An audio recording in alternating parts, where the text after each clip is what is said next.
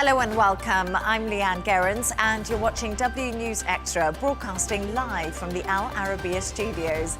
These are our top stories.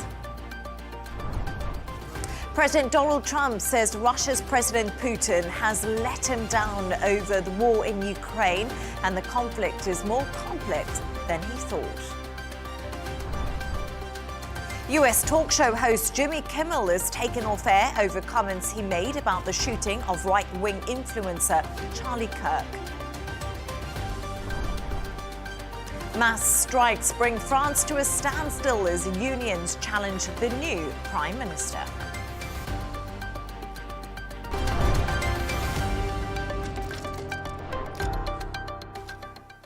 President Donald Trump has said Putin has let him down and that he wants all the Israeli hostages released now, while speaking at a press conference alongside British Prime Minister Keir Starmer. The two world leaders spoke after spending the day together at Chequers on Trump's state visit to the UK. The president also said the two countries will always be friends and their bond was like no other. Take a listen. Today is a signal of our determination to win this race together and to ensure it brings real benefits in jobs, in growth, in lower bills, to put more hard-earned cash in people's pockets at the end of each month. That's what we're determined to deliver. And we're grateful beyond words for the spectacular honour of the state visit yesterday at Windsor Castle, hosted by His Majesty King Charles III and Her Majesty Queen Camilla. These are two fantastic people. We're forever joined and we are forever friends and we will always be friends. This enduring connection is why I was thrilled that the United Kingdom was the very first country with which we made a historic trade deal and a very good trade deal. He's a tough negotiator. I think it was a better deal for you than us, but these are minor details. It's a very good deal for both of us. He's a great negotiator. To discuss this and all of today's stories, I'm joined by correspondent and columnist Gemma White and news editor of the Arabian Gulf Business Insight, that's Shane McGinley. Shane and Gemma, thank you so much for joining me this evening. So, Gemma, yesterday you were on and we were talking about all the pomp and circumstance and the royals hosting the Trumps at this fabulous event. But today it was really about the policy and it was about the business side of things and the serious conversation. Has it paid off during today's talks, the fact that the royals put on such a fabulous show yesterday? I think it really has, you know, we had the soft opener, you know, the royals and all the royals, not just a couple of them, you know, William and Kate and Charles and Camilla, the whole big ceremony at Windsor Castle that we spoke about. And I do think it was given Trump quite a glow. He's had an absolutely amazing time, and then they've sort of handed him off to Starmer at Chequers, and he's still kind of reveling in that post-glow of he loves meeting the royals. So, as you can see, it's been very sort of a good meeting between them. They're clearly very close friends, and Starmer has spoken about their friendship and said, we genuinely like each other. You know, we're world leaders, we genuinely have a good relationship. Now, what we've seen, some very big numbers being bandied about now. So, we've seen the figure £250 billion, which is 338 billion. Now that's, as Starmer says, flowing both ways across the Atlantic. So that's a big injection from the US and the UK going back as well. Now, of that 250 billion, 90 billion pounds was a commitment from the private equity firm Blackstone. And there's also pledges from Microsoft as well. So we've got some big names and it's all very tech-based also.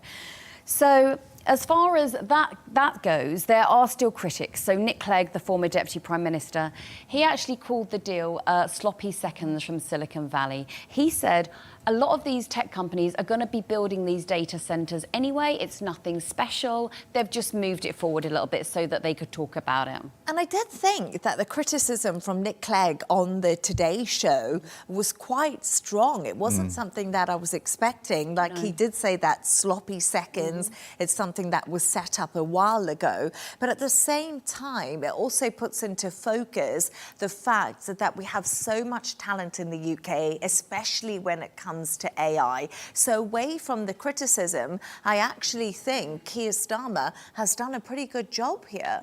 Yeah, I think he's done a great job. I was watching the press conference, and I thought Trump in particular, as he showed some of the clips there, he looked very laid back. There was no aggression. There was no sort of some combativeness that you've seen generally. And I think maybe it's because he was, sort of outside the Oval Office, where generally we've seen so many of these leaders sort of fall. But I did think, I'm not British, but I thought sometimes Starmer was greasing the wheel kind of a little bit too much, and I thought he could be a little bit more sort of statesman's-like, if you know what I mean. But I thought definitely, I think all the compliments were coming from both sides. But I kind of think it is definitely going to go down sort of in history as a moment, and I think it should as well. Like, the UK should have gone to this effort, because at the end of the day, Donald Trump is the most powerful man in the world. But also he's the president of the United States, so I think befitting the office he has, whether you like the sort of the orange man, or whether you agree with him or disagree with him, I think the president of the United States should get this kind of treatment in general. But they did go way over the top in terms of, like, this was the largest military ceremonial welcome for any state visit. And I kind of think if you were to think what other state visits has there been in Britain since Charles, we kind of remember France a couple of months ago, but there was South Africa, South Korea, Japan. I don't really remember any of those particularly. No, to be honest. They didn't get a fly pass, did they? No, there was none of that. So I think it is befitting the so-called special relationship between the two major English language. And I do agree with that, and I do think the special relationship was in full force, because we must remember the history between the UK and the US, and this is something Donald Trump spoke about, and also King Charles spoke about the deep history. But I thought the news conference was very revealing today, the one with Starmer and Donald Trump.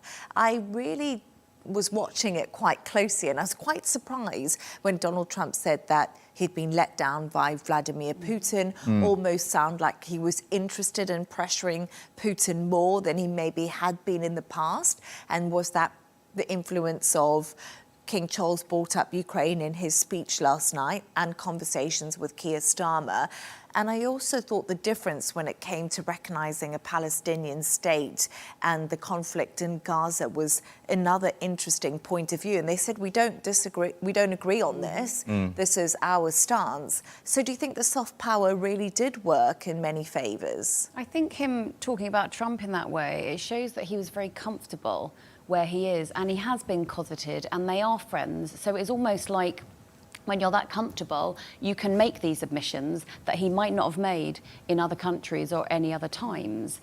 So I do think that's quite telling. They kind of helped each other out in the press conference. If there was an awkward question, they sort of, well, I'll pass that to you. Or, like when the Mandelson question came up, weirdly, the journalist didn't mention, sort of Epstein or anything like that, just called it like historical sort of issues, which I thought was a strange move.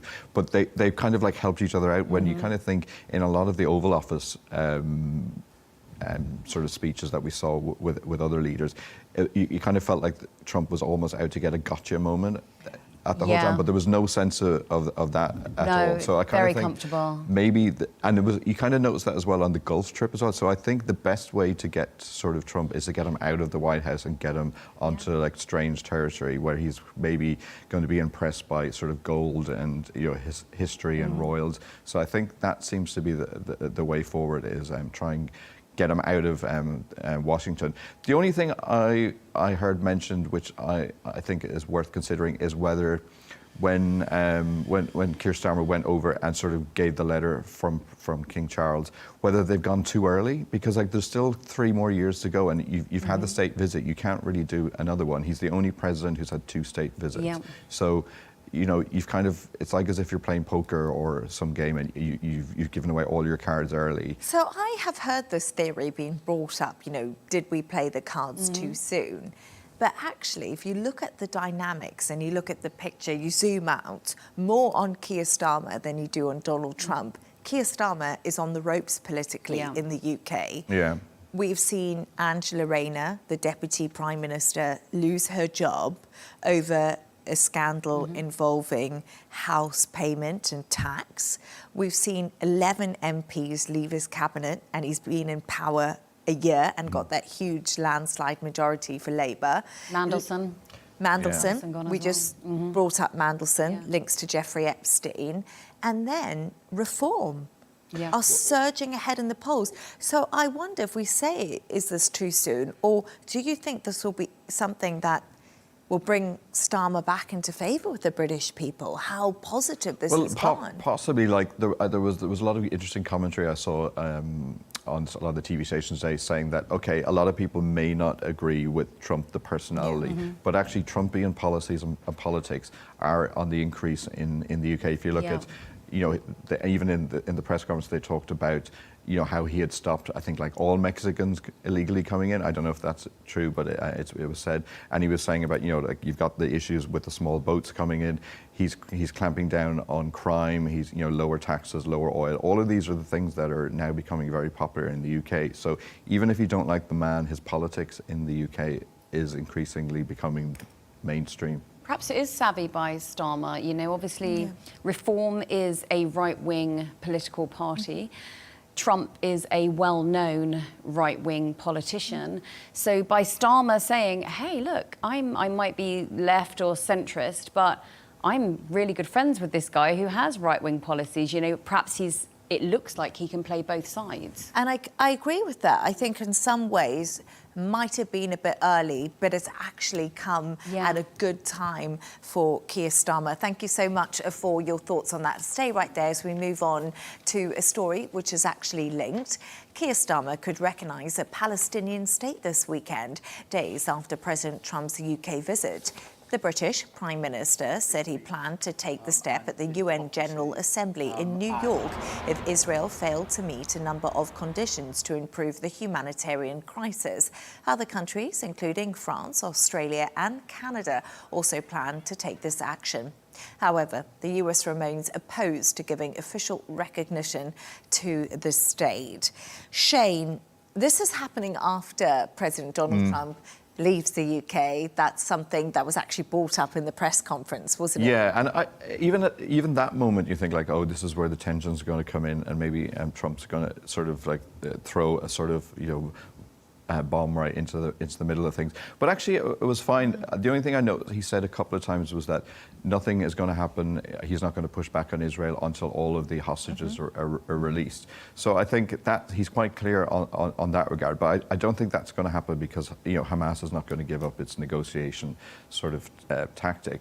But I don't think it's really going to change much because, like you said in your intro, I think it's France, Canada, Belgium, and Australia are also talking about doing this, and that has made no impact whatsoever. So I think the UK coming in and saying it is not going to have much impact either. I think, you know, at the end of the day, it's what the White House says that is going to be the determining factor in Israel's.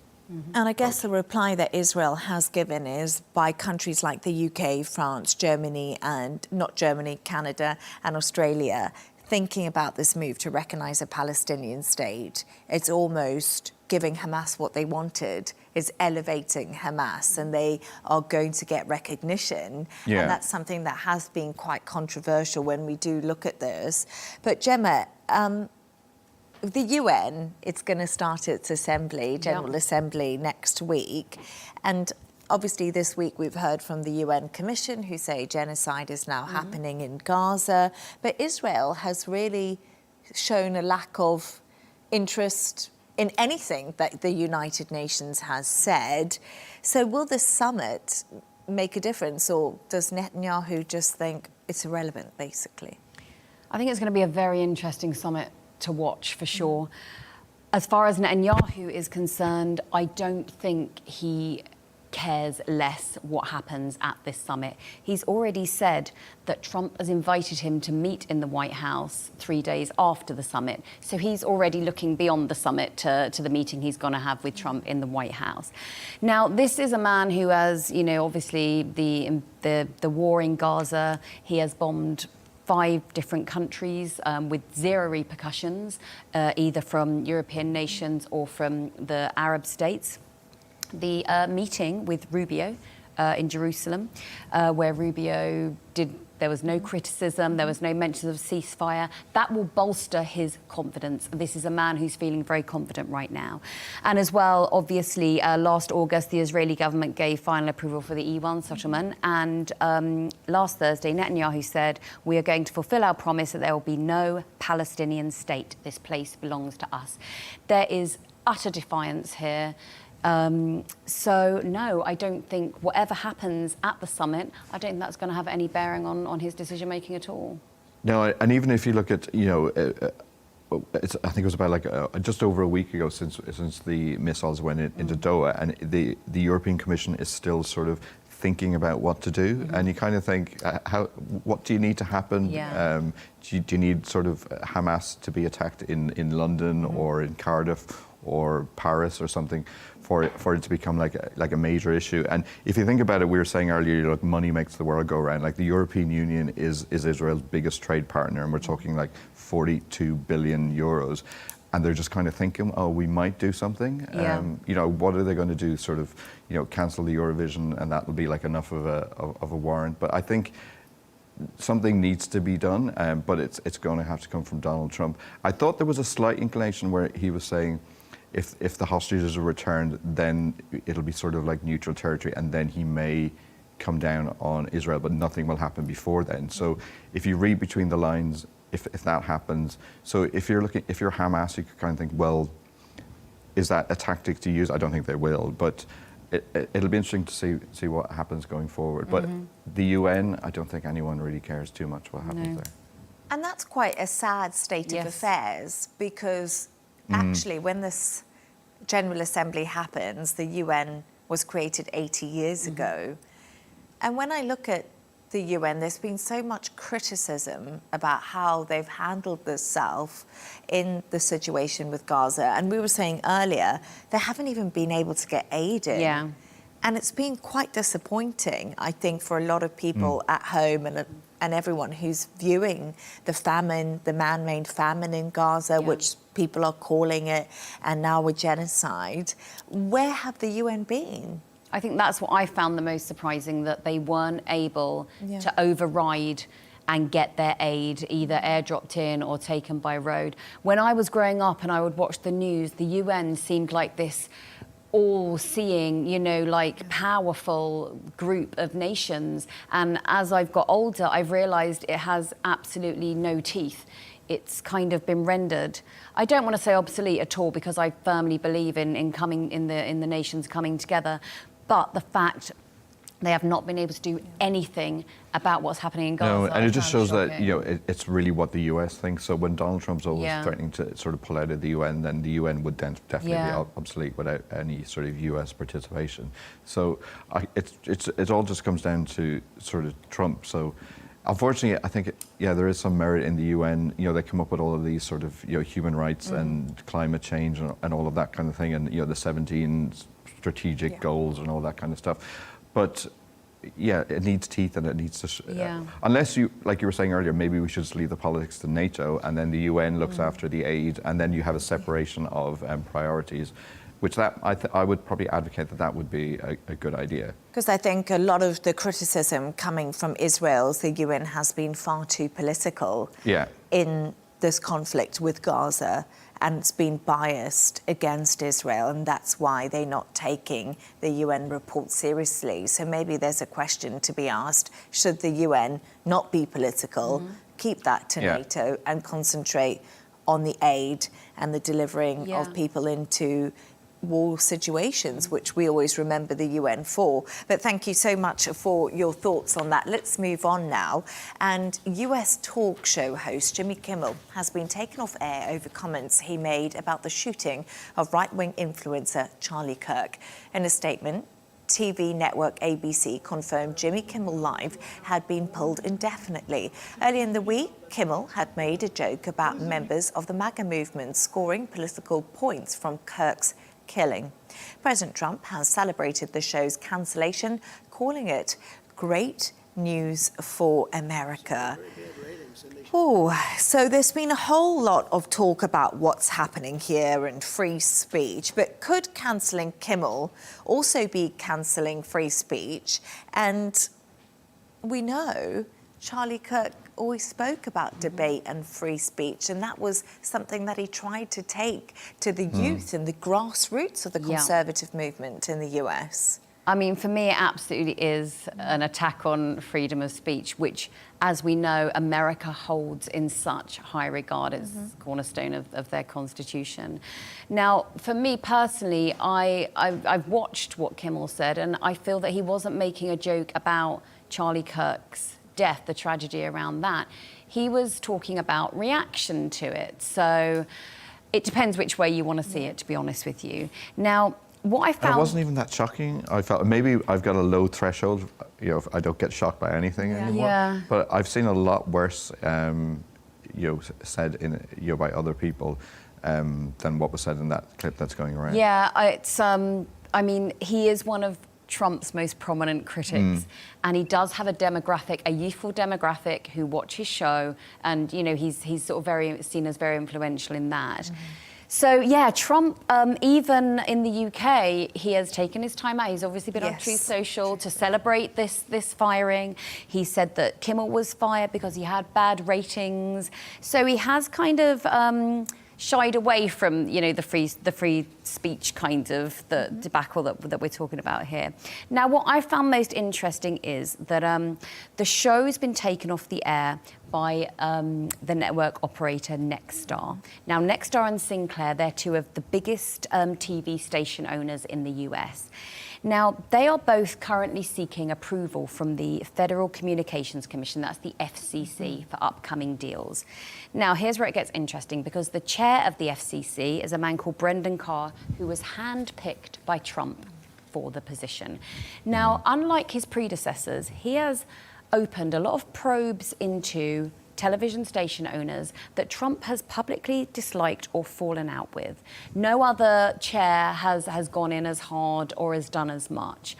So it does at the moment look as if the FCC is being used for the Trump administration. Yeah, if they've got an axe to grind, they're sending in the FCC in order to control certain aspects of the media. Because when Brendan Carr was appointed, he did say that he was seeing unprecedented surge in censorship, particularly over the last few years, and that he was going to be one of his top priorities, and he was going to smash what he considered the censorship cartel. So you kind of think that has to be across the board. You have to sort of crack down on anyone, not just like freedom of speech is not where you don't like anything that someone... Yeah, just because you disagree with what exactly. They're saying. So I kind of think it's a little bit strange that they need to sort of control both the right and the left elements of the broadcasting. But I did do some sort of fact checking on what Trump was saying, and he was saying about was bad ratings, when actually Jimmy Kimmel is number one, as you said, in the 18 to 49 demographic who watch late night. But the problem is that not many people are watching late night, and his ratings and all of the late night ones are down by about a third. But then at the same time, all of network primetime TV in the US is down by about that, because everyone's watching Netflix and YouTube. So that's not entirely accurate to say that the ratings are bad. And also he said that he was just untalented, when actually I looked up to try and find some, and Kimmel's own rating, approval rating in 2024 was at 62%, when Trump's at about 50. So he's actually, I don't know whether you can, I think Trump would equate popularity with talent. So if you were to take that stats, as I always prefer, rather than just merrily saying anything like the right wing. But Trump's also mentioned like Jimmy Fallon and Seth. Yeah, he said they're next. Seth not Rogan, that's the other one. Clearly he's not that famous. Meyers? Yes. Yes. His name escaped me for a moment. I must say something.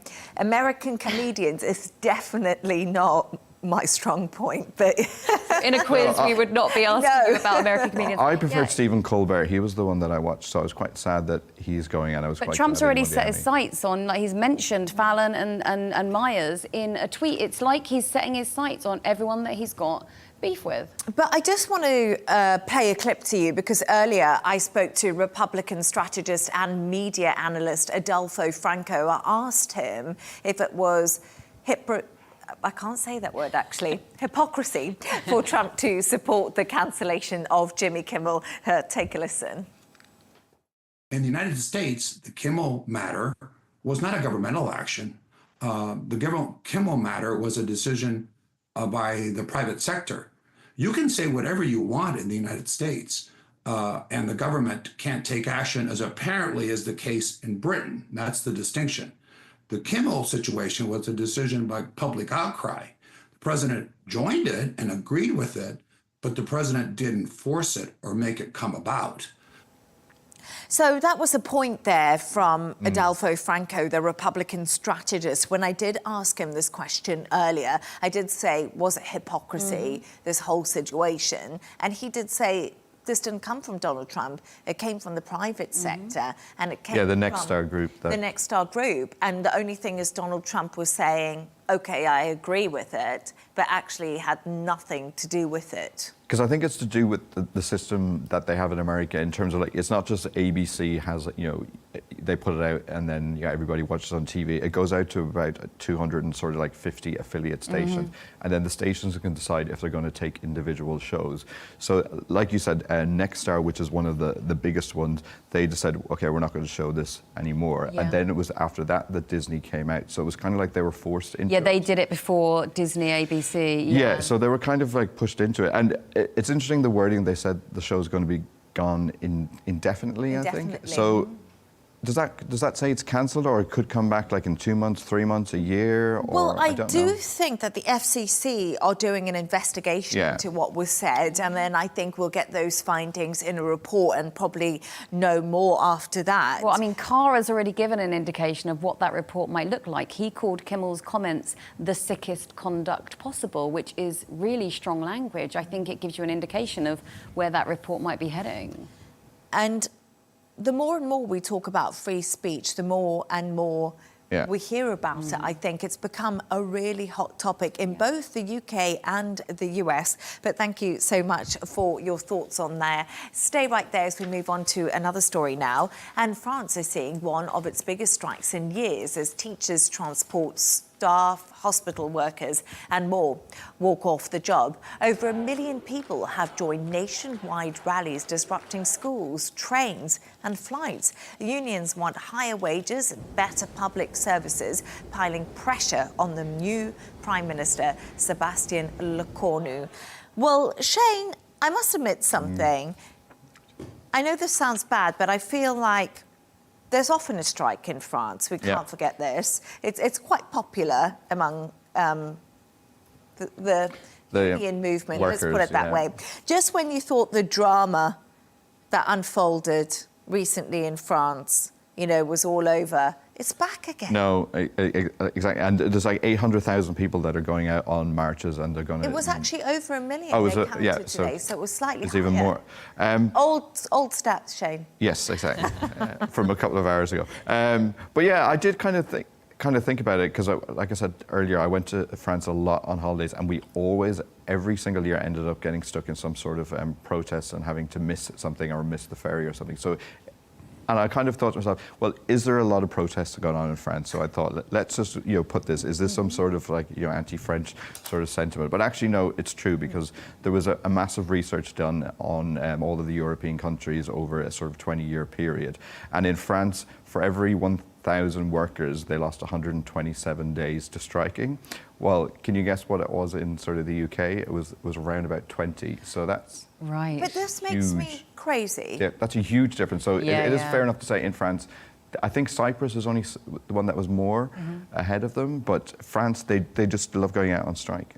It goes, and I read a report today saying, you know, it goes all the way back. It's a long tradition to the French Revolution, where you go out onto the streets and push back. So it is part of the sort of the culture.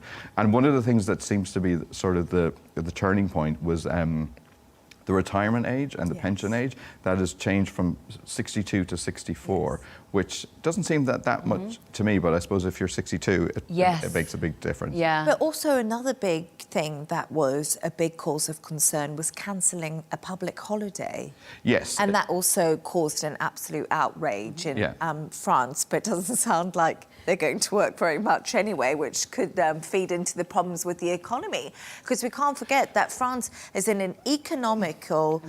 It's pretty dire. Like they've got a really bad budget deficit at the moment, which is nearly double what the EU allows, which is 3%, and also their debt pile is 114% of GDP, which is pretty shocking. So there's not much wiggle room for the new Prime Minister and for Macron to do anything. So they kind of people have to work more in France. That's just the way it is, or unless the country's going to go bankrupt and the IMF has to come in.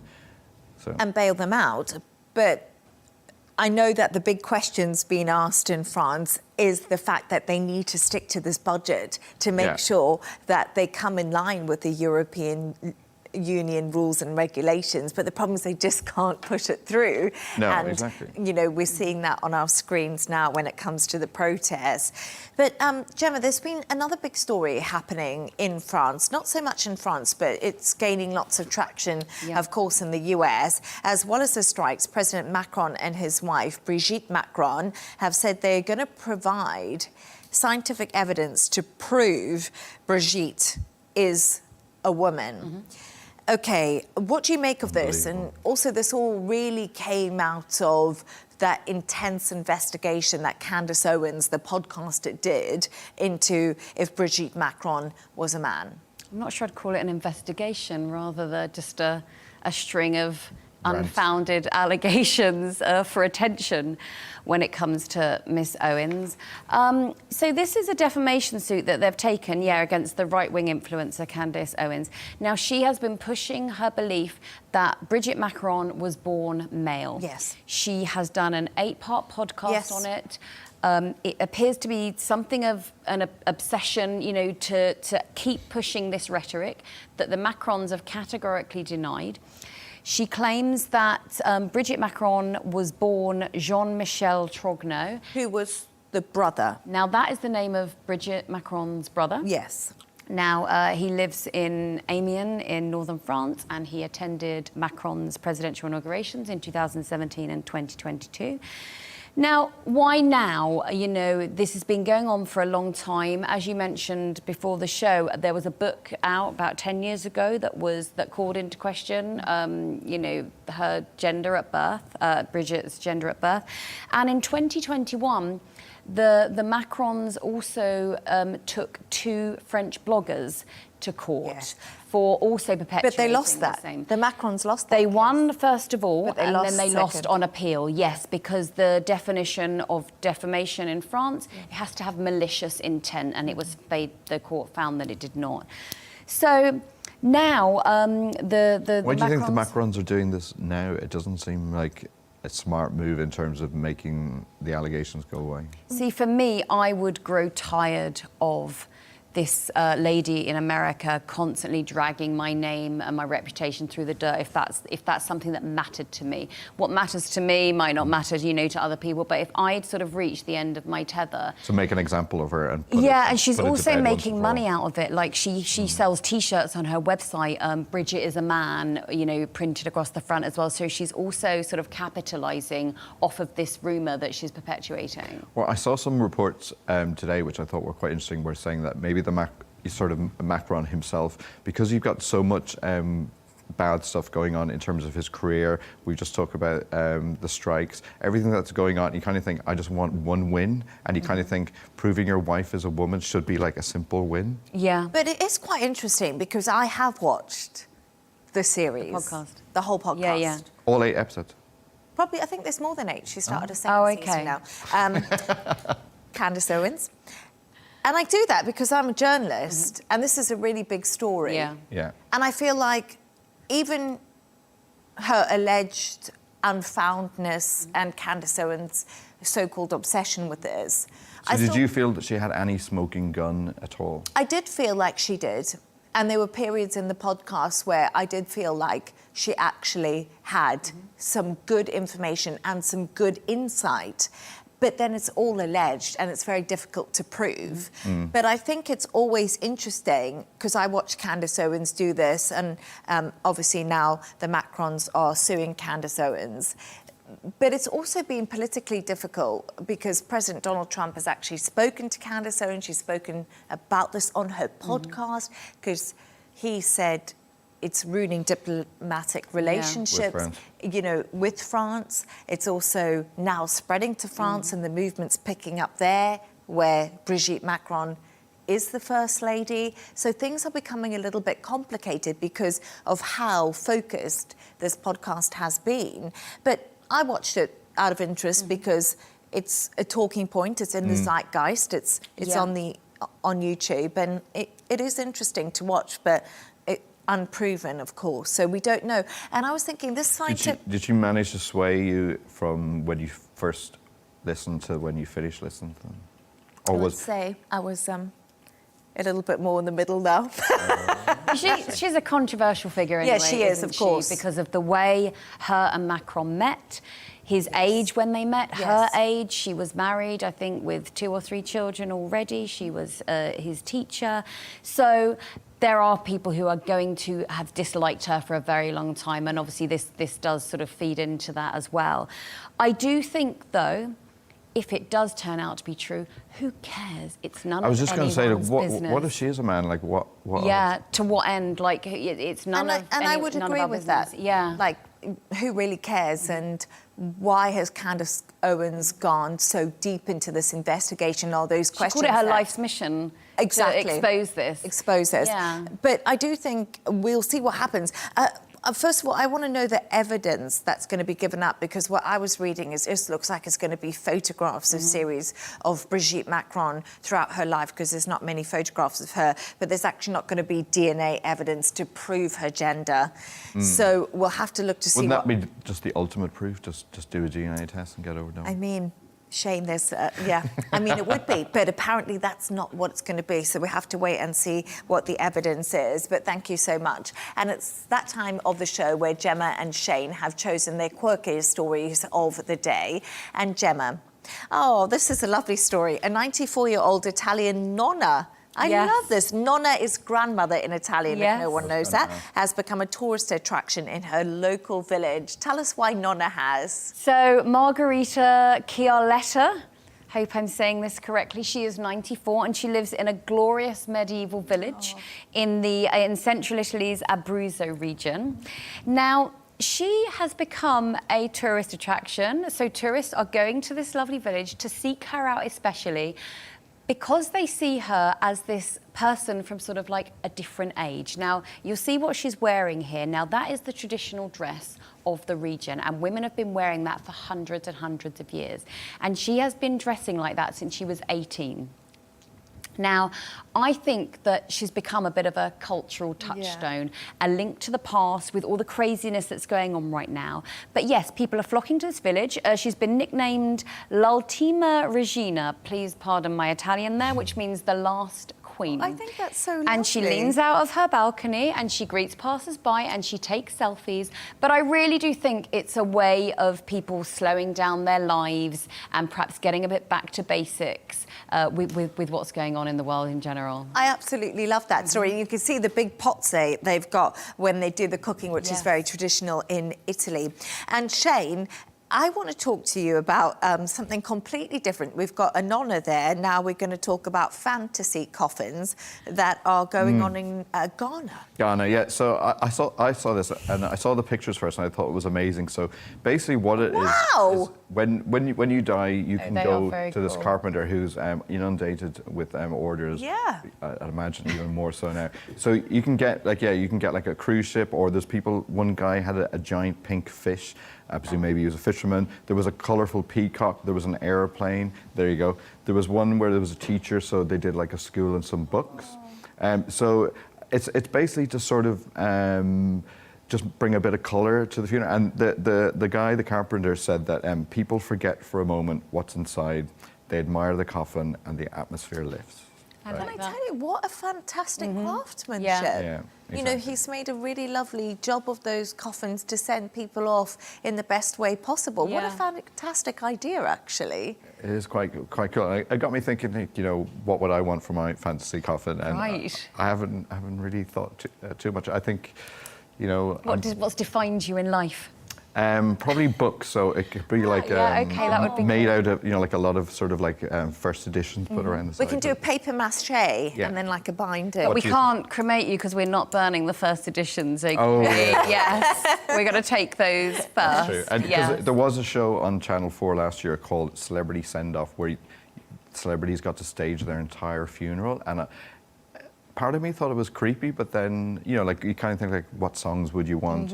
You know, watch everyone cry and stuff like that. So, what coffin would you get? I'm not sure. I've never even thought about it. But seeing Not a those, pink I'm now fish? inspired. Maybe a pink fish. What about a mermaid? Oh, mermaid would be pretty. Yeah, that would be cool, wouldn't it? Yes. I think a mermaid would be quite cool. Or, What are you thinking? for me, Something glittery. something like dogs with tiaras I on was it. thinking dogs. Yeah. Dogs with tiaras. Dogs with tiaras. Or a mermaid. Ariel. I used to love that show. But anyway, the good news is that we're alive and well, and we're going to wrap up the show now. And thank you so much to today's guest, correspondent and columnist Gemma White, and news editor of the Arabian Gulf Business Insight, Shane McGinley. And that's all from us on W News Extra. Don't forget to subscribe to our YouTube channel, and of course follow us on X, GNT with Tom Birds as Watson. Will be coming up next. Goodbye, and have a nice evening.